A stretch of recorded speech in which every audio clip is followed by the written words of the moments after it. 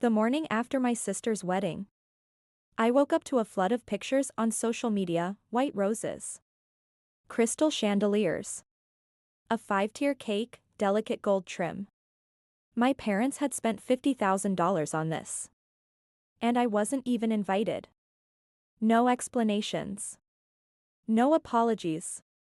Just silence. I wasn't going to rant. I was going to play the long game. 6 months later, I received an invitation to an exclusive charity gala in Paris. Hosted by the Whitleys, a family known for their old money and powerful connections. By sheer luck, or fate, I had recently landed a lucrative business deal with them.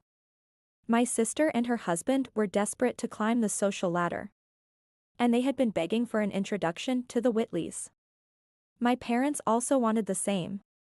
So when they found out I had an invitation, my phone rang nonstop. "Sweetheart," my mother began. "Oh, Mom," I cut in, voice smooth.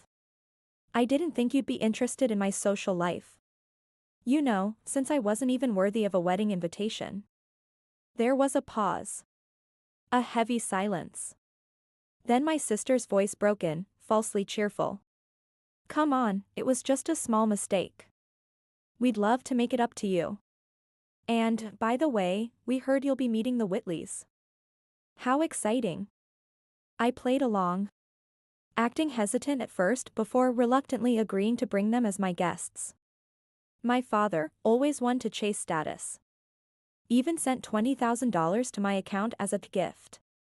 I smiled as I transferred it to a foundation for underprivileged kids. At least someone would benefit from this game. The night of the gala, I made sure my sister and her husband arrived separately. They walked in with confidence, expecting my introduction.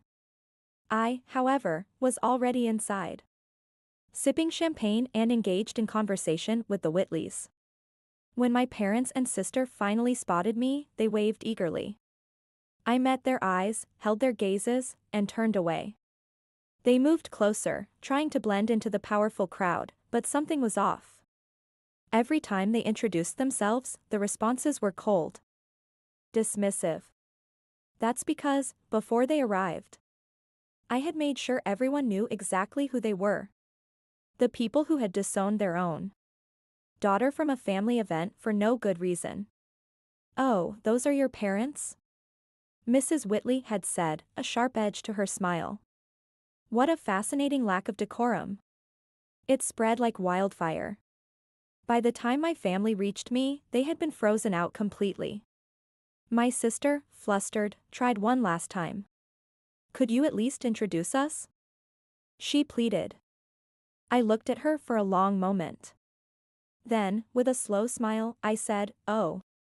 I didn't think you'd be interested in my world. You know, since I wasn't important enough to be part of yours." Then I turned away. For the rest of the night, I danced, laughed, and networked with the wealthiest people in the room, while my family stood awkwardly in the shadows, watching as their grand ambitions crumbled before their eyes.